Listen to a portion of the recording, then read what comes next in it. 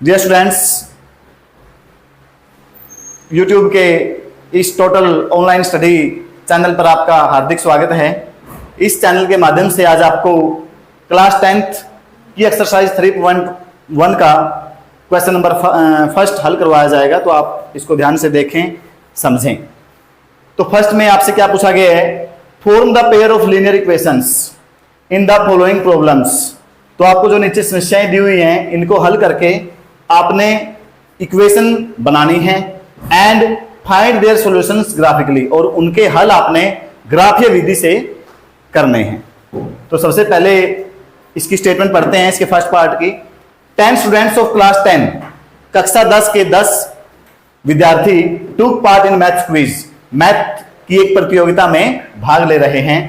If the numbers of girls is 4 more than the number of boys, कहा गया है कि यदि लड़कियों की संख्या लड़कों की संख्या से 4 ज्यादा हो, find the number of boys and girls who took part in the quiz. आपने अलग अलग लड़के और लड़कियों की संख्या बतानी है जो इस क्विज के अंदर पार्टिसिपेट किए हुए हैं।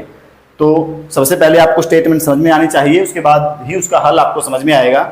मुझे उम्मीद है कि आपको स्टेटमेंट समझ में आ गई होगी। क्वेश्चन शुरू करते हैं। अब इन्होंने कहा है कि 10 विद्यार्थी हैं टोटल, हमें नहीं पता है कितनी लड़कियां हैं कितने लड़के हैं। कंडीशन है कि लड़कियां लड़कों से 4 ज्यादा है, तो हम मान लेते हैं let the number of girls is equal to x, माना लड़कियों की संख्या x। Let the number of boys is equal to y। Hindi वाले बच्चे भी इसको देख सकते हैं, मैं साथ में इनकी हिंदी भी बता रहा हूं। माना लड़कियों की संख्या x, माना लड़कों की संख्या y। तो आपने अलग अलग से दोनों को मान लिया है, क्योंकि हमें एग्जैक्ट इनकी वैल्यू पता नहीं है कि कितने लड़के हैं कितनी लड़कियां हैं। तो आपने मान लेने हैं number of girls x, number of boys y। अब हमें पता है कि टोटल 10 है, तो हम फर्स्ट इक्वेशन यहां से बनाएंगे x प्लस y, क्योंकि टोटल 10 है तो लड़के और लड़कियों को जोड़ेंगे तो कितना आएगा, 10 आएगा। इसलिए आप पहले क्वेश्चन यहां से ऐसे बना सकते हो, x plus y is equal to 10। तो ये बन गई हमारी क्वेश्चन नंबर फर्स्ट। अब चलते हैं नेक्स्ट। कंडीशन क्या दी हुई है, कहा गया है if the numbers of girls is 4 more than the number of boys, लड़कियों की संख्या लड़कों की संख्या से 4 ज्यादा है, तो आप यहां से x is equal to y लिख लीजिए। मैं सिंपल सा तरीका आपको बता रहा हूं ताकि आपको कोई कंफ्यूजन ना हो। आप एक साइड x ले लीजिए, आप एक साइड y ले लीजिए। अब हमने दोनों को क्या कर दिया, बराबर कर दिया। जितने लड़कियां हैं उतने ही लड़के हैं, लेकिन ऐसा तो है नहीं है। अब इसको हम बैलेंस कैसे करते हैं कंडीशन के हिसाब से, ये हमारी लड़कियां हैं और ये हैं लड़के, तो ये 4 ज्यादा है, ये तो ऑलरेडी 4 ज्यादा है। तो आप दोनों को बराबर करने के लिए क्या करोगे, या तो x में से आप 4 सब्ट्रैक्ट करोगे, घटाओगे, या आप y में 4 ऐड करोगे। तो आपकी मर्जी, आप यहां से 4 माइनस कर सकते हो या आप इसमें 4 ऐड कर दीजिए। तो अब देखो हमारी क्वेश्चन बैलेंस हो गई ना, क्योंकि x और y बराबर नहीं थे। कंडीशन क्या थी कि जो लड़कियां हैं यानी कि जो x की वैल्यू है वो y की वैल्यू से 4 ज्यादा है, तो दोनों को बराबर करने के लिए हमने क्या कर दिया, y में 4 जोड़ दिया। अब जितने ये हैं उतने ये हो गए, क्योंकि x is equal to y plus 4, यानी कि लड़कियां की संख्या जितनी है ना वो कितनी है, लड़कों से 4 ज्यादा है। हमने लड़कों वाले में 4 जोड़ दिया, मतलब दोनों बराबर हो गए। तो हमारी एक इक्वेशन यहां से बन जाएगी। कैसे, देखो x, y को आप इधर लेके आओगे, x minus y is equal to इधर आप रखो 4। ये हमारी हो गई सेकंड इक्वेशन। तो हमारे पास 2 इक्वेशन बन गई हैं, एक हमारी x plus y is equal to 10, एक है x minus y is equal to 4। अब दोनों इक्वेशनों को हम ग्राफीय विधि से हल करेंगे और पता करेंगे कि कितने लड़के हैं और कितनी लड़कियां हैं जिन्होंने क्विज के अंदर पार्टिसिपेट किया है। तो सबसे पहले हमने क्या करना है, यहां पर ऐसे आपने टेबुलर फॉर्म में फर्स्ट इक्वेशन की आपने टेबल बनानी है। टेबल जो आपकी बनेगी फॉर फर्स्ट इक्वेशन।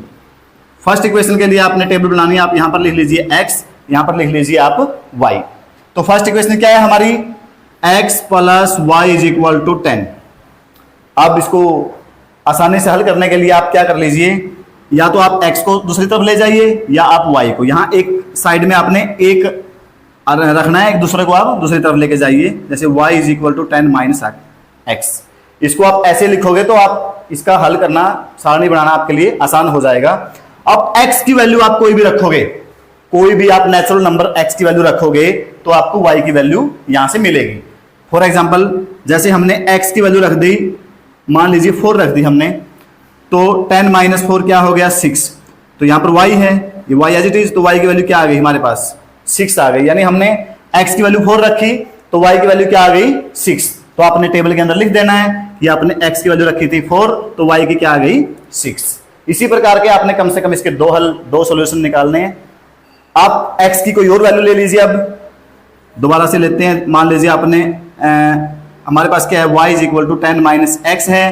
अब x की जगह पे रखिए आप 5 रख लीजिए, 10 में से 5 गया 5।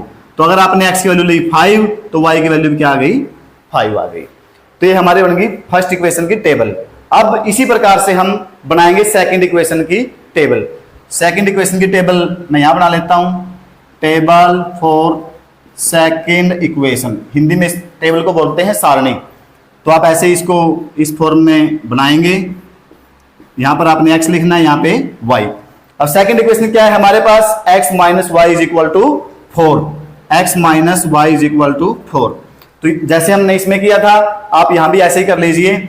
यहां पे हम y = x को दूसरी तरफ लेके गए थे, आपकी मर्जी, आप y को भी दूसरी तरफ लेके जा सकते हो। जैसे x = ये y हो जाएगा 4 + y। अब यहां पर आप y की कोई भी वैल्यू रखोगे तो यहां से आपको x की वैल्यू ऑटोमेटिक मिल जाएगी। जैसे 4 प्लस आपने y की वैल्यू रख दी 2 रखी, तो क्या हो गया 4 + 2 6। यहाँ पे x एज इट इज लिख दिए, यहाँ भी तो आपने y की वैल्यू रखी 2 तो x की अपने आप कितनी आ गई, यहाँ पे 6 आ गई। तो आप यहाँ भी लिखिए ऐसे, x की वैल्यू ने क्या रखी 6 तो y की वैल्यू क्या आ गई आपके पास 2। इसी प्रकार एक वैल्यू और आप x की रखिए, जैसे क्या है हमारे पास x = 4 + y है। y की आप कोई भी वैल्यू रखो, 4 प्लस मान लीजिए आपने रख दी 3, तो 4 + 3 7। तो यहाँ भी आप ऐसे ही लिख दीजिए, जैसे x की वैल्यू हमने रखी, x की वैल्यू हमने ली है 6 3, y की वैल्यू ली है हमने 3, तो x की वैल्यू कितनी आ गई 4 + 3 7। तो इस प्रकार से दोनों इक्वेशनों की हमारे पास टेबल बन गई है। अब इन दोनों टेबलों से हम बनाएंगे ग्राफ।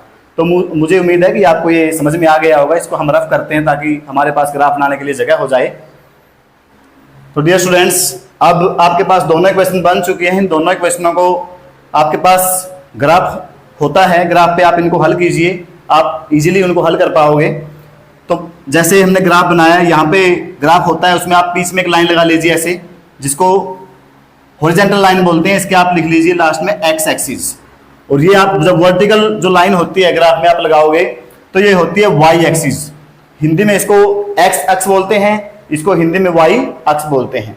तो ये 0 से जो इस साइड x एक्सिस के ऊपर जो राइट साइड जो मैंने इंटीजर लिखे हुए हैं ये सभी पॉजिटिव इंटीजर आएंगे, और इस साइड 0 से लेफ्ट में जो इंटीजर लिखे हुए हैं 0 -1 -2 -3 इस साइड आएंगे नेगेटिव इंटीजर। ये x एक्सिस के पॉजिटिव और ये इस साइड x एक्सिस के नेगेटिव। इसी प्रकार वर्टिकल लाइन के अंदर क्या होता है, ऊपर 0 से जो ऊपर आएंगे ये y एक्सिस के पॉजिटिव इंटीजर होंगे, और नीचे जो होंगे y एक्सिस के वो नेगेटिव इंटीजर होंगे। और ध्यान, क्योंकि ग्राफ में क्या होता है ये बराबर बराबर दूरी पर होते हैं। यहाँ पर फॉर्मल हाथ से ग्राफ बनाया गया है तो थोड़ा कम ज्यादा डिफरेंस हो सकता है, आप इसके ऊपर ध्यान न दें। आप सिर्फ ये समझें कि ग्राफ कैसे बनाया जाएगा इन दोनों इक्वेशनों से।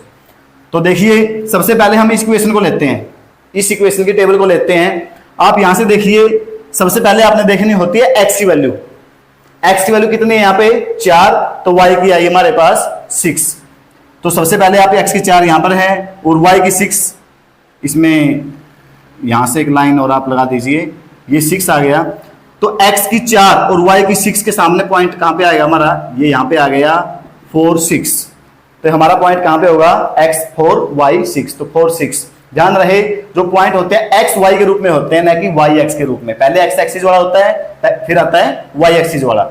उसके बाद x का 5 है, y का भी 5 है, तो आप x एक्सिस के ऊपर 5 और y के सामने वाला 5, तो कहां पे आएगा हमारा पॉइंट, लगभग आएगा 5 5 यहां पे आएगा। ये x एक्सिस का 5 और y का। तो हम जब स्केल की सहायता से आप यहां पे लाइन लगा दीजिए ऐसे, इस प्रकार से, तो ये हमारी बनेगी जो x और y एक्सिस के पॉइंट लेने के बाद जो लाइन आई, किस इक्वेशन की लाइन आई है, ये आई है x + y = 10। ये ग्राफ आया है हमारा x + y = 10 वाली इक्वेशन का। आप इसके ऊपर लिख दीजिए x + y = 10। अब जो सेकंड इक्वेशन उस पे चलिए, इसमें x की वैल्यू कितनी है 6 और y की कितनी है 2। तो x की 6 के सामने और y की 2 के सामने पॉइंट कहां आएगा हमारा, लगभग पॉइंट हमारा आएगा यहां पे, और इसके ऊपर आप लिख दीजिए 6 2। इन दोनों पॉइंटों के जो नाम है, x एक्सिस का 6 और y एक्सिस का 2। दूसरे पॉइंट, अगर x की वैल्यू 7 है, y की 3, x की 7 और y की 3 पॉइंट आएगा हमारा 7 के और 3 के सामने, लगभग पॉइंट आएगा हमारा ये, x की 7 हो गई और y की कितनी 3। तो आप इन दोनों लाइनों को मिलाते हुए एक रेखा खींचिए, तो इस प्रकार से ये आएगा यहां पर ऐसे, इस प्रकार। तो ये आ गया हमारा ग्राफ। अब आपने इस ग्राफ के अंदर क्या देखना है कि जहां पर इन दोनों लाइनों ने आपस में इंटरसेक्ट किया है, इन दोनों लाइनों ने जहां पे आपस में एक दूसरे को प्रतिच्छेद किया है, उस पे कौन कौन से पॉइंट बन रहे हैं, x का उसके ऊपर कौन सा पॉइंट आ रहा है और y का उसके ऊपर कौन सा पॉइंट आ रहा है। तो ये दोनों लाइनें इस पॉइंट पर इंटरसेक्ट करती हुई हमें नजर आ रही हैं। यहां पे आप x के सामने देखिए कौन सा x का बिंदु 7 और y के सामने कौन सा है 3। तो यहां से हमें एग्जैक्ट वैल्यू पता लग गई, नंबर ऑफ गर्ल्स। अब x की वैल्यू क्या आई आपके पास 7, तो 7 x की वैल्यू आई है। हमें क्वेश्चन में आप यहां रफ कर दिया, आप उसमें देखना, वीडियो को बैक करके आप देखिए कि x की वैल्यू हमें किसकी संख्या मानी हुई है। x है नंबर ऑफ गर्ल्स, लड़कियों की संख्या, तो लड़कियों की संख्या कितनी आ गई 7, और y की वैल्यू कितनी आई है 3। तो हमने जो y माना हुआ है वो लड़कों की संख्या मानी हुई है। तो नंबर ऑफ बॉयज कितने आ गए 3। तो बॉयज 3 हैं और गर्ल्स है 7। आप अपने क्वेश्चन को चेक कर सकते हैं। क्वेश्चन में 10 टोटल स्टूडेंट कितने थे 10, तो यहां से 7 + 3 कितना बन रहा है 10। और कंडीशन क्या आती है, number of girls is 4 more than the number of boys. जो लड़कियां हैं वो लड़कों से 4 ज्यादा है, वो भी सही कंडीशन है। बॉयज 3 है, लड़कियां कितनी है 7, 3 + 4 7। तो इसका मतलब हमारा ग्राफ सही बना है। आप अगर सही एग्जैक्ट पॉइंट लेके, सही तरह से बिंदु लेके ग्राफ में आप उनको सही प्रकार से रखोगे तो आपकी एग्जैक्ट वैल्यू आएगी, किसी प्रकार की आपको समस्या नहीं आएगी। तो दोबारा फिर मैं आपको कहना चाहता हूं, मुझे उम्मीद है कि आपको ये क्वेश्चन जो क्वेश्चन है उसका फर्स्ट पार्ट समझ में आ गया है। इसका सेकंड पार्ट अभी हम करेंगे। मुझे उम्मीद है आपको समझ में आ गया है। अगर आपको समझ में आ गया है तो आप वीडियो को लाइक करें और अगर अच्छी लगे तो साथ में उसको शेयर करें। और एक मुख्य बात, आप अगर इस चैनल पर नए हैं, आप चैनल को सब्सक्राइब करें। Thank you.